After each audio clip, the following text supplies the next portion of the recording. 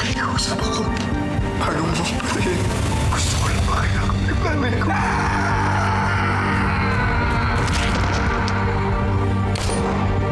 Ano? Patay na ba yan? Tulungan niyo po ako, Jeffrey. Tulungan niyo po ako, please. Kailangan kong tawagan mo si Hepe. Palabas yung aksidente nangyari sa... Okay na, boss. Patay na po si at yung anak ko. Malinis ba? Malinis po, Judge. Pati yung mga possible witness. Nareglo ko na. Good. Mas mabuti na alam nilang patay na ako. Lalo na si Balmores. May isa pa akong pabor na hihilingin sa'yo. Tiktikan mo si Balmores. Igaganti ko yung nanay ko.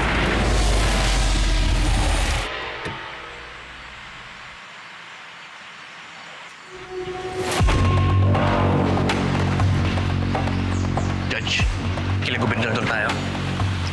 Dadaan muna tayo sa site pagkatapos iatid natin si Mercy sa foundation. Sige.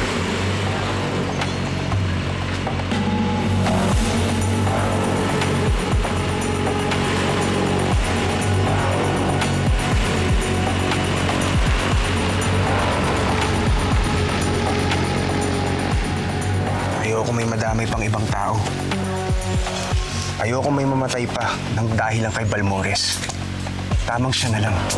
Huwag kang mag-alala. Si Balmores ayaw din ng tao kapag nandun siya. Alam mo na, takot. Takot yun sa mga tao. Paraning, yun. May masasakyan natin. Wala ka ba tiwala sa best friend mo? Ako pa. Alas 9 tayo aalis, Obed. Sa San Simon tayo iikot para makarating sa site sa gilid ng dagat. Doon tayo dadaan para makaiwas sa mga bantay.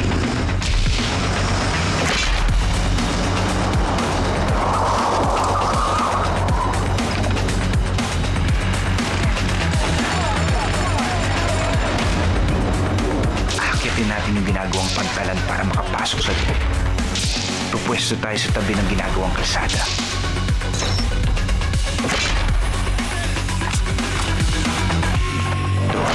Doon natin aabangan si Balmores. Dad, kailan ba yung pupuntahan natin?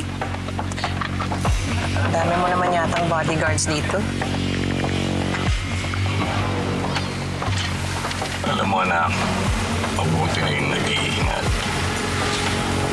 Maraming naiinggit doon sa mga desisyon na ginawa ko.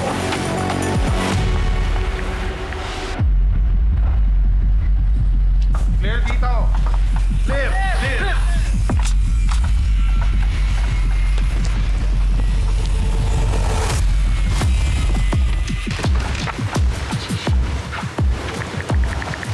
Sandali lang. Anak, hindi ka man lang bababa para makita mo yung ginagawa kong project? Dito na lang ako, Dan. Tatawagan ko pa si Rachel. You sure? Yep.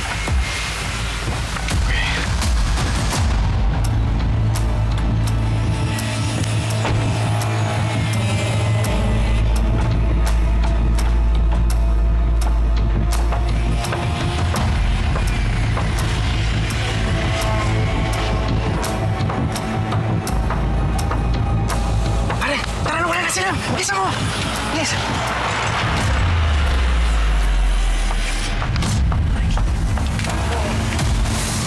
Brando. Sir. Nasaan si engineer? Siya na sa office. Bakit ito pa lang? Di ba sinabi ko na sa inyo, may sinusunod tayong time frame? Tawagan mo siya, Brando. Opo.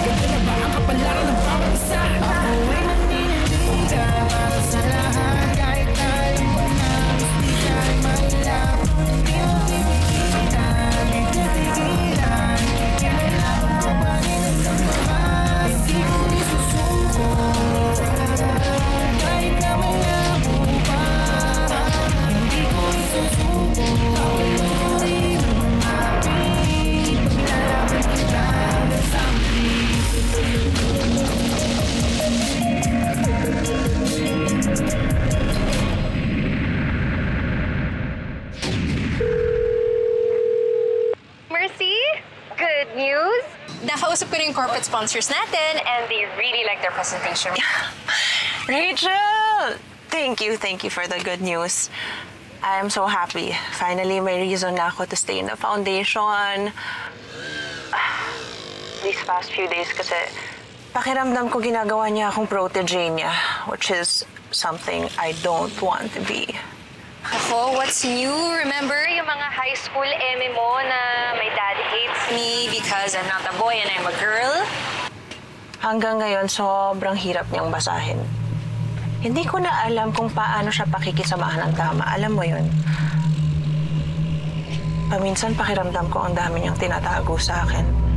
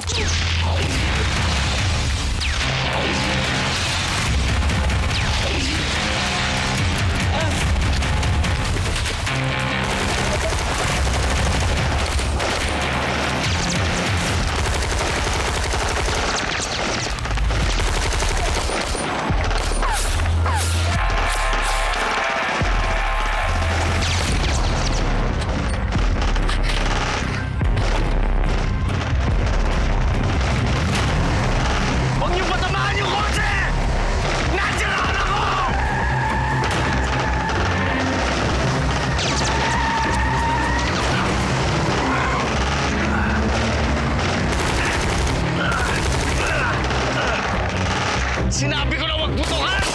Inutin! Brando! Sir! Tawagan mo si Gob. Magpalagay kayo ng mga checkpoint. Kailangan maabutan natin sila. Dali! Dali! Sasakyan! Dali!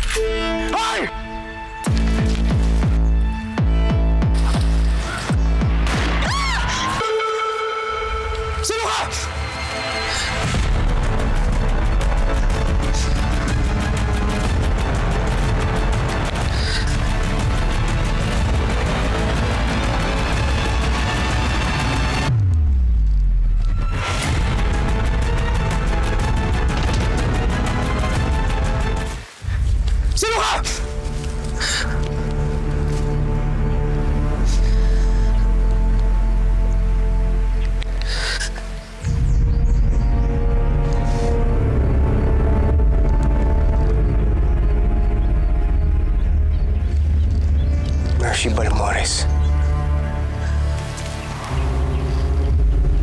Akin na telepono mo.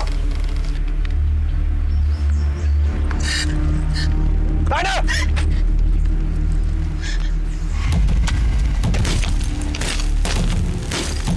Magdasal kayo na mahanap na ang anak ko. Dahil kung hindi, ipapaong ko kayo kasama ng mga pamilya ninyo.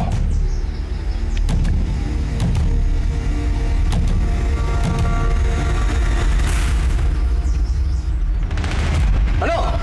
Kilos na! Para kayong rebulto ni Machete! Judge, nabalitaan ko pa yung nangyari. Mabuti na lang okay kayo.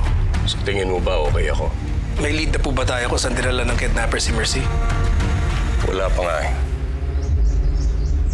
But I assure you, I'm going to exhaust all my resources and connections para matagpuan ang anak ko at mahuli yung taong tumangay sa kanya.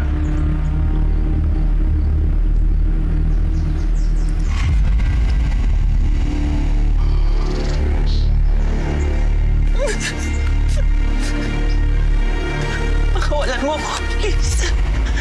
Wala akong kasalanan sa'yo. Wala akong ginagawa.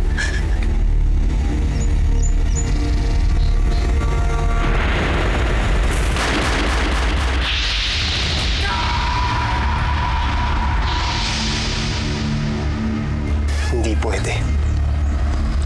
Tatay mo si Benito Balmores.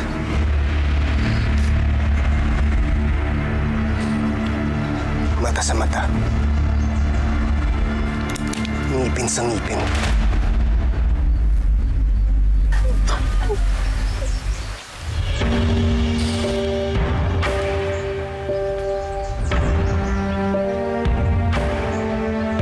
Ano ang palagi kong sinasabi sa'yo? Pahalagahan ang buhay una sa lahat. Lagi ko pong tatandaan yan, Nay.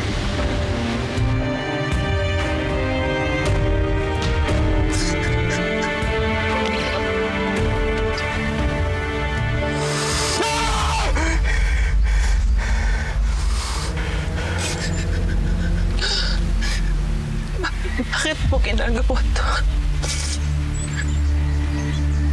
Bakit mo gustong patayin ang daddy ko?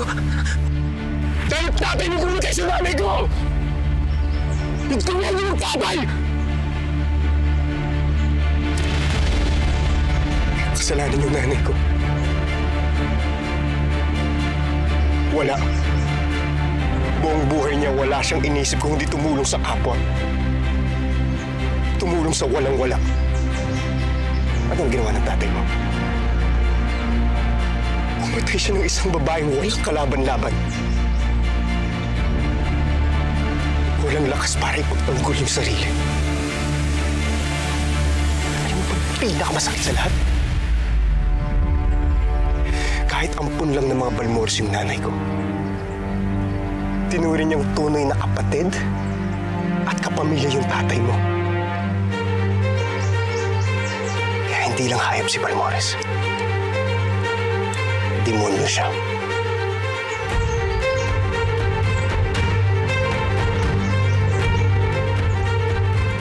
Pagbabayaran ni Balmores lahat ng ginawa niya sa nanay ko. Papatayin ko siya. Papatayin ko silang lahat. Huwag kang magkakamaling tumakas. Tara! Bitawan mo ako! Tara! Bitawan mo ako!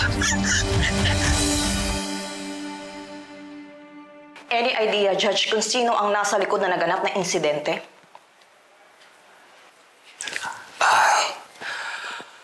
Well, as a judge, marami talaga akong nakakalaban. Mga nakakaaway. Siguro dahil na rin hindi ako pumapayag sa mga under-the-table deals para lang sa paggawad ng hatol ko. And I guess that's the price I have to pay for being a principled man. Pero sana, huwag na nilang idama yung mahal ko sa buhay. Mabait ang anak ko. Patulungin siya. I guess the only reason why she was abducted is because she's my daughter. Ano po ang susunod niyong hakbang, Judge?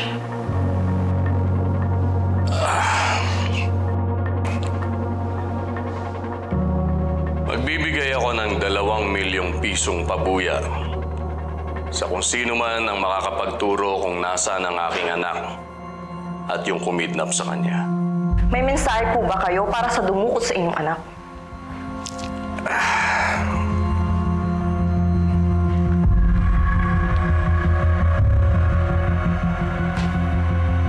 This is your last chance para ibalik sa akin ang aking anak. Dahil kapag may nangyaring masama sa kanya, I assure you, I'm going to find you. At gagamitin ko ang buong puwersa ng batas para pagbayarin ka sa mga krimeng ginawa mo. Tandaan mo yan. Salamat po, Judge. Salamat, Leonora. Salamat po. Brando. Judge. Alak. Ako.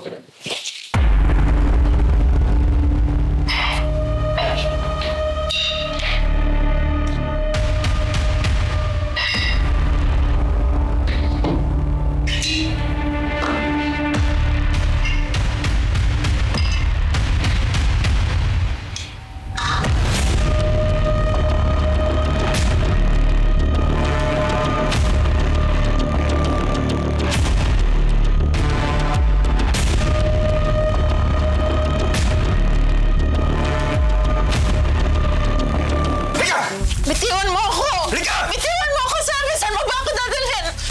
Ah! Hoy! Huwag mo bigyan ng rason. Bakit patayin ka? Tara na!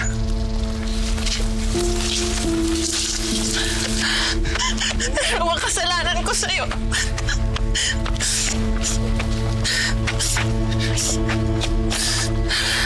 Pasok! Pasok ka!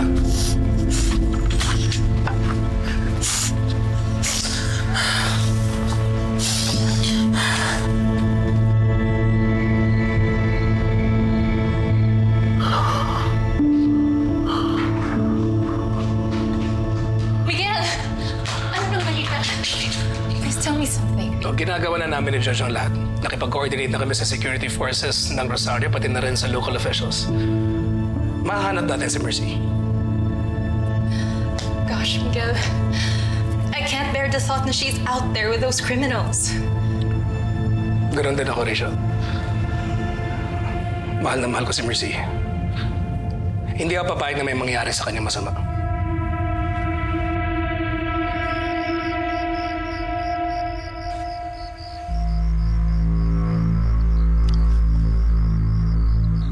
Pwede mo nang kalagyan tong tali. Pangako hindi ako tatakas. Anong tingin mo sa akin? Ito. Madaling maloko. Ano yan? Kayong mga mayaman lang yung pwede manggulang sa amin? Bakit napunta sa pagiging mayaman ang usapan natin? Nakakalimutan mo ata. Na nagsimula to dahil ganid sa yaman yung tatay mo. Na pinapatay niya yung nanay ko ng dahil lang sa lupa. Alam mo, hindi ko alam kung maaawa ba ako sa'yo o matatawa. Mukhang nilaso na ng paniniwala mo yung utak mo. Nilaso yung utak ko? Sa harapan ko, pinatay yung nanay ko ng parang hayop. Parang hayop. Kaya ikaw yung magiging kabayaran ng tatay mo sa lahat ng kasalanan niya. Kung mamatay ka man, wala akong pake. Pero gusto ko lang malaman mo na hindi yun sapat na kapalit sa buhay ng nanay ko. Naintindihan mo yun? Naintindihan mo?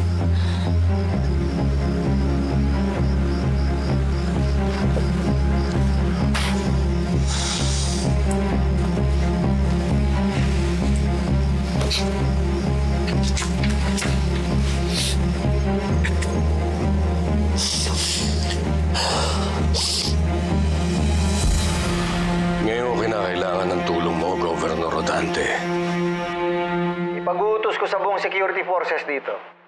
Nasuyuri ng buong probinsya para makita ang anak mo. Maraming salamat, Gov. Maaasahan ka talaga. Ako ang dapat magpasalamat, Judge. Dahil kung hindi sa'yo, hindi ako nakaupo dito. Tito, may tutulong po ba ako sa inyo? It's okay. I'll take care of it. Everything's under control.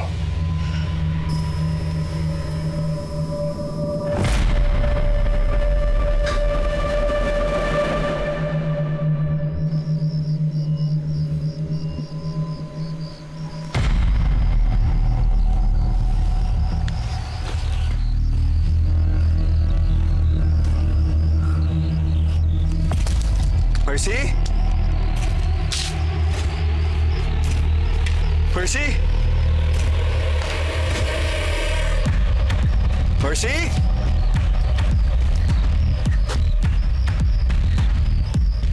Percy?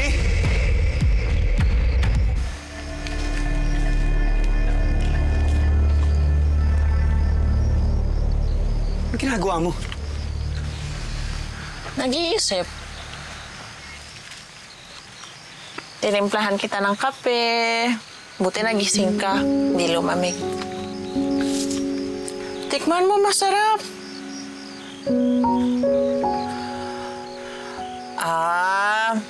Tingin mo may lason to, no?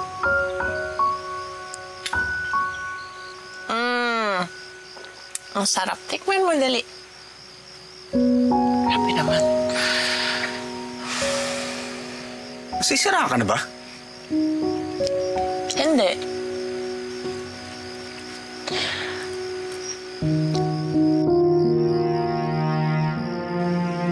Tingin mo tatakas ako dito, no?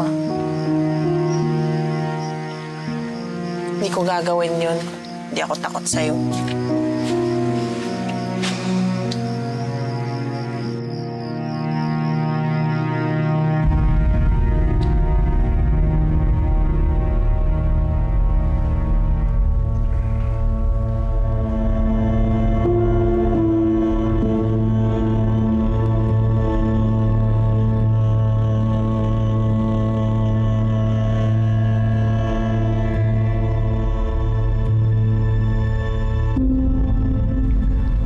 Kitang makita, nagtanong ako sa Diyos kung bakit sa halip na lalaki, isang babae na tulad mo ang ibinigay niya sa akin. For years, I pretended that you didn't exist. Pero one day, habang naglalaro ka, lumapit ka sa akin and you called me Daddy. You were so adorable na nakalimutan ko na minsan I resented the fact that I have a daughter. Ngayon na wala na ang mami mo, my greatest fear is losing you.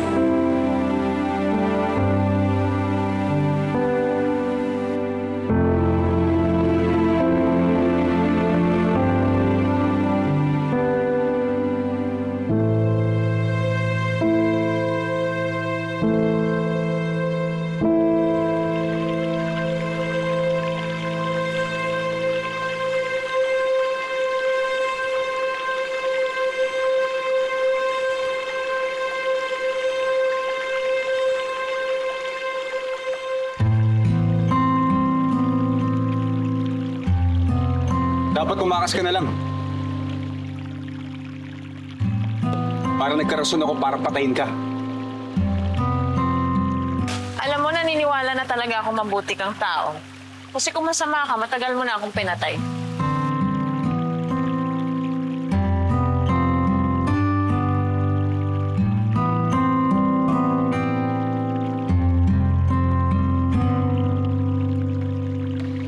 Sabi mo, hindi ka natatakot sa akin. Nung bigyan kita ng rason para katangipan ako. Gusto na?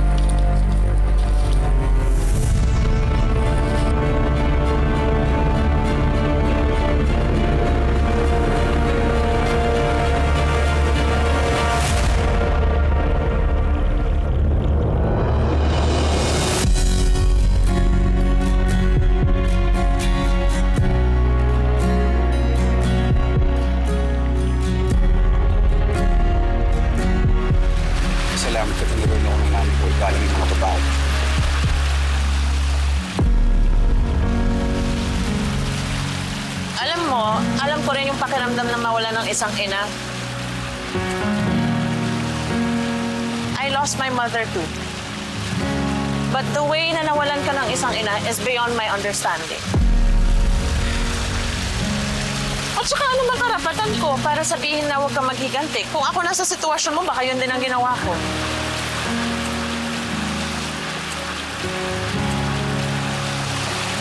Hindi ko alam na ampon ng lola at lola ko yung nanay mo. At kung totoo nga ang pinapatay ng tatay ko ang nanay mo. Yes, pakiramdam ko may mga tinatago siya sa akin. Pero hindi ko alam kung kaya niyang pumatay.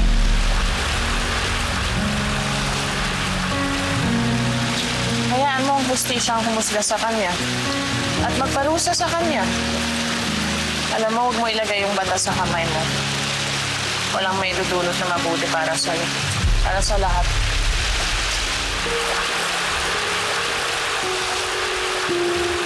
Sa tingin mo ba kung papatayin mo ako, may babalik mo pa yung buhay ng nanay mo? Tumayo mo sa akin na karapat-dapat kitang buhay.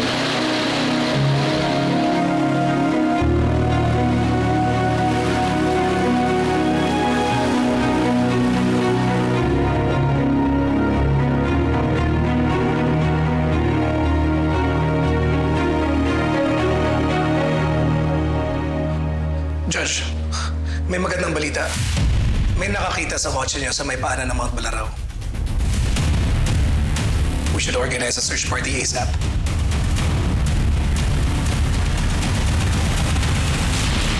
Ako ay maninindigan para sa lahat. Kahit na alam ko na ang mistika ay mailap. Di mo pipigilan, di din pigilan. Kilalaman ko pa rin ang lawakan. Ang ganda-ganda mong babae. Mas bagay pa sa'yo nakangiti. Kaysa nakasimangot. Dito sa Mount Balaraw, nandito anak ni Judge. Handa na po yung mga tauhan natin. Kasama ako. Gusto kong makaharap kung sino yung nagtangka sa buhay ko.